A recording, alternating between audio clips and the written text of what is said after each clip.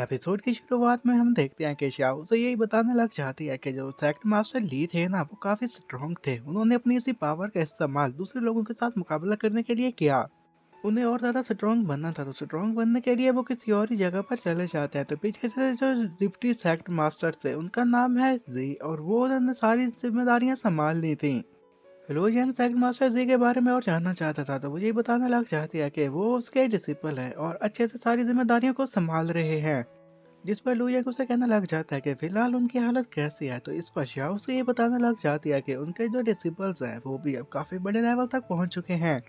वो उसके बाकी सारे डिसिपल्स के बारे में भी बताने लग जाती है कि आखिर वो क्या कर रहे हैं। तो ये सब कुछ सुनने के साथ ही लुयक उसे कहने लग जाता है कि मुझे लगता है कि जब मैं इस सेक्ट को ज्वाइन करूंगा तो मुझे आउटर डिसिपल के तौर पर रखा जाएगा।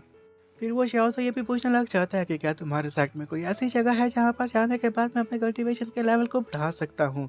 शाओ से बताने लग जाती है कि हाँ, यहाँ पर एक टावर पाया जाता है, अगर तुम उस टावर में जाओगे तो तुम्हारी कल्टीवेशन स्पीड बढ़ जाएगी। वहाँ पर कुछ सेक्ट वगैरह भी बनाए गए हैं, अगर तुम्हें उसके सेक्शन में जाना है तो तुम आउटर डिसिपल के तौर पर यहाँ पर आओगे तो उसके लिए सिर्फ एक सेक्शन रखा गया है, और उस सेक्शन में जाने के लिए तुम्हें अपने लेवल को पहले दिखाना होगा कि तुम किस लेवल पर हो। अब उसे काफ़ी ज़्यादा इन्फॉर्मेशन मिल चुकी थी, और ये सारी इन्फॉर्मेशन लेने के साथ ही वो कहने लग जाता है कि श्याओ, तुमने मेरी काफ़ी मदद की है, तो एक बार फिर से मैं तुम्हें थैंक्स कहना चाहता हूँ।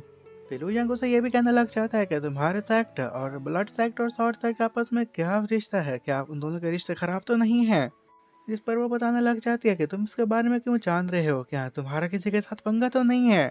हेलो यांग यही बताने लग जाता है कि कुछ ब्लड ग्रहण के लोग मेरे ऊपर अटैक करने के लिए आए थे, मेरे पास खुद को बचाने के लिए कोई और रास्ता नहीं था, तो मुझे उनका मुकाबला करना पड़ गया, क्योंकि उसने ब्लड गार्ड के साथ पंगा ले लिया था। जब इसके बारे में श्याओ को बचाता है तो श्याओ वहीं पर खड़ी होकर उससे पूछने लग जाती है कि तुम्हारे कहने का क्या मतलब।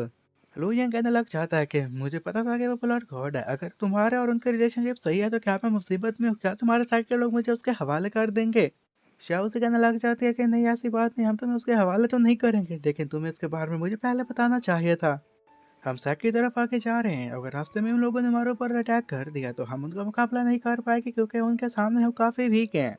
और यहीं साथ पर एक फार्मेशन भी पाई जाती है, हमें जल्द से जल्द उस फार्मेशन के करीब जाना होगा और यहाँ से खुद को टेलीपोर्ट करना होगा, इससे पहले कि हम मुसीबत में फंस जाएं। तो दूसरी तरफ हम इमॉर्टल ब्लड गॉड को देखते हैं, जो कि ये कहना लग जाता है कि क्या किसी ने फॉर्मेशन का यूज़ किया ताकि खुद को कहीं टेलीपोर्ट कर सके। वो ये बात अपने चमचों से पूछ रहा था कि उन्हीं में से एक ये बताने लग जाता है कि नहीं, ऐसा कुछ भी नहीं, किसी ने भी इस फॉर्मेशन का इस्तेमाल नहीं किया। इमॉर्टल ब्लड गॉड अपने लोगों को ये बताना लग जाता है कि दूसरे लोग इस फॉर्मेशन का इस्तेमाल करना चाहते हैं, लेकिन मेरे होते हुए वो इस फॉर्मेशन का इस्तेमाल नहीं कर पाएंगे, और फिर ये आगे बढ़कर अपनी फॉर्मेशन का इस्तेमाल करके खुद को कहीं और टेलीपोर्ट कर लेता है।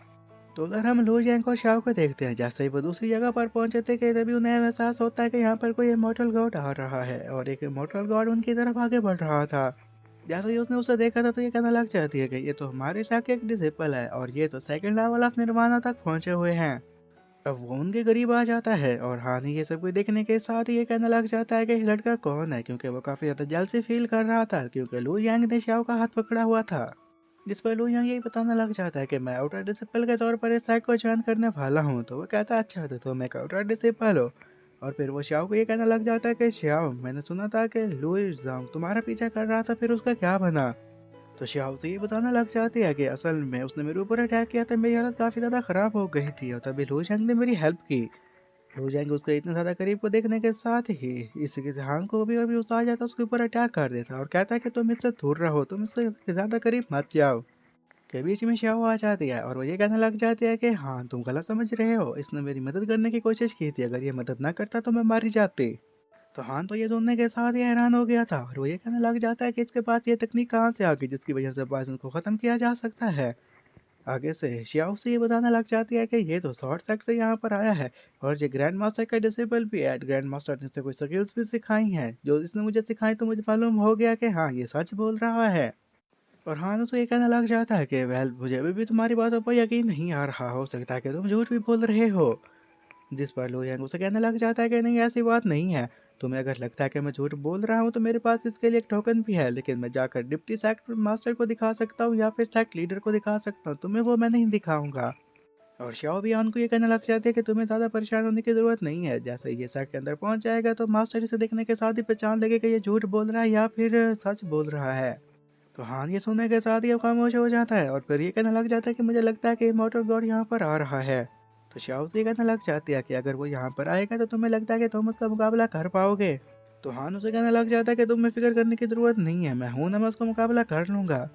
शाओ इतना सुनने के साथ ही कहने लग जाती है कि अगर हान यहाँ पर है तो लू जेंग हमें कोई भी नुकसान नहीं होगा, चाहे मोटर गॉड ही क्यों ना आ जाए, हम अब उससे काफी स्ट्रॉन्ग बन चुके हैं। लू यांग भी उसे बताने लग जाता है कि असल में मैंने एक ब्लड गॉड को मार दिया था। जैसे ये सुनता है तो हान हैरान हो जाता है और कहता है कि तुम्हारा लेवल तो सिर्फ 5 है, इसके बावजूद भी तुम ब्लड गॉड को कैसे मार सकते हो, ये तो नामुमकिन है। लू यांग उसे कहने लग जाता है कि मेरे पास और कोई रास्ता नहीं बचा हुआ था और मैंने किसी की मदद भी ली थी, उसकी मदद के बाद ही मैं उसे हरा पाया। हान ये सुनने के साथ ही उस पर गुस्सा करने लग जाता है, क्योंकि उसे पता था कि इसने कितनी बड़ी गलती कर दी है। कि ये देखने के साथ ही शियाओ ये कहने लग जाती है कि हान जो होना था अब हो चुका है, अब आगे के बारे में सोचना चाहिए। तो हाँ, ये देखने के साथ ही मन-मन में ये कहने लग जाता है कि मेरे पास एक अच्छा मौका था जिसकी मदद से मैं शाओ के दिल में अपनी जगह बना सकता था, वो तो मैंने खो दिया। क्यों ना इस मौके को मैं ज़ाया ना होने दूँ, और वो उसकी मदद करने के लिए तैयार हो जाता है। वाह! ये सब कुछ सुनने के साथ ही शाओ ये कहने लग जाती है कि हाँ, आप जो हमारी मदद कर रहे हैं इसके लिए आपका बहुत-बहुत शुक्रिया, और इसकी मदद से हम देख पाएँगे कि आप कितने स्ट्रॉन्ग हैं।